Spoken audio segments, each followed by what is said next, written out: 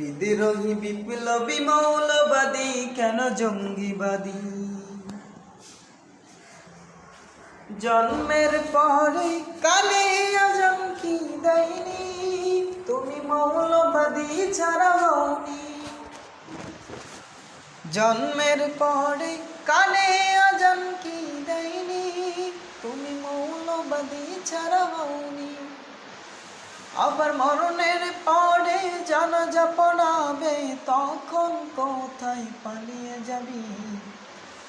বিদ্রোহী বিপ্লবী মৌলবাদী কেন জঙ্গিবাদী? বিদ্রোহী বিপ্লবী মৌলবাদী কেন জঙ্গিবাদী? কি মনে করে ওই হনুমান, দাড়ি টুপি দেখিলে তালেবান? কি মনে করে ওই হনুমান, দাড়ি টুপি দেখিলে তালেবান? আবার কথায় কথায় মিথ্যা বলে যদি দেখি মৌলবাদী।